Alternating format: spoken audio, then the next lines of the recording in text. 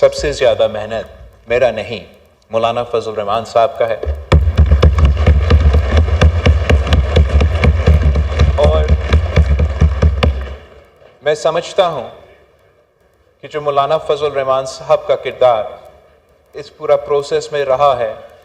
یہ نہ صرف تاریخ یاد رکھے گا، مگر آج اگر میں اس فلور پہ فخر کے ساتھ کھڑا ہوں کہ ہم یہ آئین سازی کا عمل کر رہا ہوں، تو اس میں بھی سب سے بڑا کردار مولانا فضل الرحمان صاحب کا رہا ہے۔ اور جتنا ہمارا آپس میں انٹریکشن رہا ہے یہ پچھلے 2 مہینے میں، اس پہ بھی میں کہنا چاہوں گا کہ اگر پاکستان کی سیاست اپنا والد صدر زرداری کے بعد میں کسی کو مانتا ہوں تو وہ مولانا فضل الرحمان صاحب ہے۔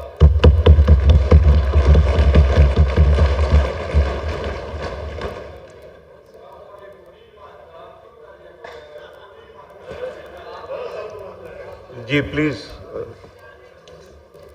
اللہ تعالیٰ نے فرمایا ہے کہ وَتُعِزُّ مَن تَشَاءُ وَتُذِلُّ مَن تَشَاءُ، اور جتنا ہم نے اپنا پارلیمان کا عزت رکھا ہے، اپنا دستور کا عزت رکھا ہے، اس آئین سازی کا عمل کی عزت رکھا ہے، تو اس میں بھی سب سے بڑا کردار مولانا فضل الرحمان صاحب کا۔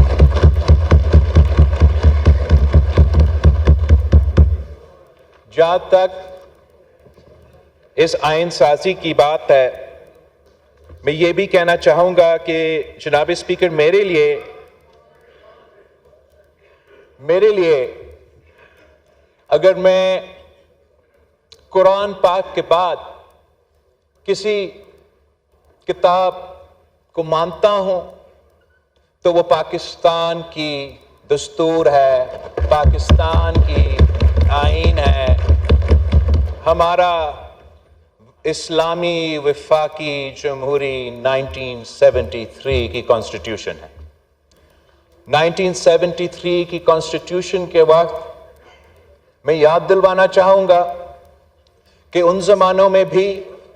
جماعت علماء اسلام ان بینچز پہ بیٹھے تھے اور پاکستان پیپلز پارٹی ان بینچز پہ بیٹھے تھے، اور ان زمانوں میں بھی سیاسی اختلاف تھا، عروج پہ تھا۔ اگر آج کل کے سیاستدان، آج کل پاکستان کی عوام سمجھتے ہیں کہ جو وزیر اعظم صاحب اور آج کا قائد حزب اختلاف سیاسی جو پولرائزیشن ہوا ہے وہ کوئی عروج پہ ہے، تو یاد رکھنا چاہیے کہ جب قائد عوام شہید ذوالفقار علی بھٹو اس ملک کا وزیر اعظم تھا اور جماعت علماء اسلام کے قائد حزب اختلاف تھا، تو تب بھی ہمارا سیاسی اختلاف، نظریاتی اختلاف عروج پہ تھا، مگر جب پاکستان کی بات آتی تھی، جمہوریت کی بات آتی تھی، آئین سازی کی بات آتی تھی، تو ہم سارے اختلافات بھول کے ایک میز پہ بیٹھ کے اتفاق قائم کر کے سرزمین بے آئین کو اپنا آئین دلوایا تھا۔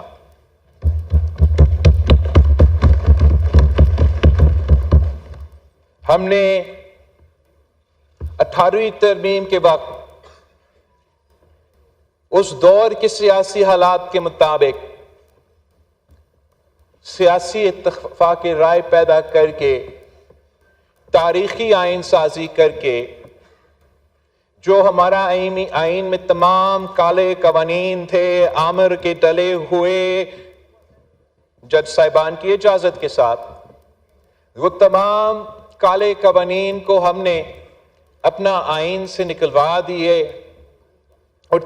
تب بھی وہ تاریخی کام تھا۔ آج کا دور کا اپنا سیاسی حالات ہے، اپنا سیاسی گراؤنڈ ریالٹیز ہے، جو پولیٹیکل سپیس پاکستان کی سیاست میں آج سیاسی جماعتوں کے لیے موجود ہے، جتنا آج وہ سیاسی سپیس تنگ ہے، اتنا تو 2008 میں نہیں تھا، اتنا 1973 میں نہیں تھا. لیکن سیاستدان کے امتحان ہی یہی ہوتا ہے کہ جتنا آپ کو سپیس ملتا ہے آپ اس سپیس پہ کتنا کھیل سکتے ہو.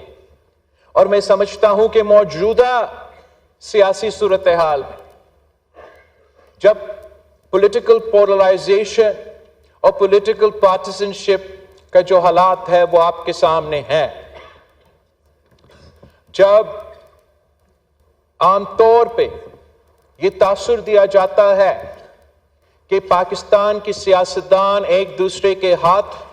تک نہیں ملانے کے لیے تیار ہے، جہاں حکومت کے اتحادی اپوزیشن کی جو لارجسٹ پارٹی ہے ان سے ہمارا باقاعدہ رابطہ ویسے اتنا زیادہ نہیں ہوتا. اس حالات میں جتنا اتفاق رائے پیدا ہو سکتا تھا، ممکن تھا، وہ اتفاق رائے ہم نے حاصل کر کے 26 آئینی ترمیم کی شکل میں آج ہم انشاءاللہ تعالی نیشنل اسمبلی سے پاس کرنے جا رہے ہیں. یہ بے شک ہمارے دوست قائد حزب اختلاف جو اپوزیشن پارٹیز ہیں وہ اس بل کو ووٹ نہیں دے رہے، بے شک نہ دے، یہ بھی ان کا حق ہے. مگر میں سمجھتا ہوں کہ یہ حکومتی بل سے زیادہ اس میں جو پوائنٹس ہے حکومت کے یا مطلب حکومتی جماعت مسلم لیگ نواز کے سب سے کم نکات ہوں گے. اس میں سب سے زیادہ اگر پوائنٹس ہے تو وہ پاکستان پیپلز پارٹی، JUI اور 99.99% جو اعتراضات PTI کے تھے وہ نکال کے ووٹ نہ دے. کانٹینٹ تو جناب اسپیکر جتنا کلوز ٹو کنسنسس ہو سکتا تھا وہ ہے، اور میں سمجھتا ہوں کہ یہ سیاست کی فتح ہے، یہ جمہوریت کی فتح ہے، یہ سیاسی جماعتوں کا فتح ہے، اور ہمارے بھائی وہ دے یا نہ دے یہ ان کا بھی سیاسی کامیابی ہے.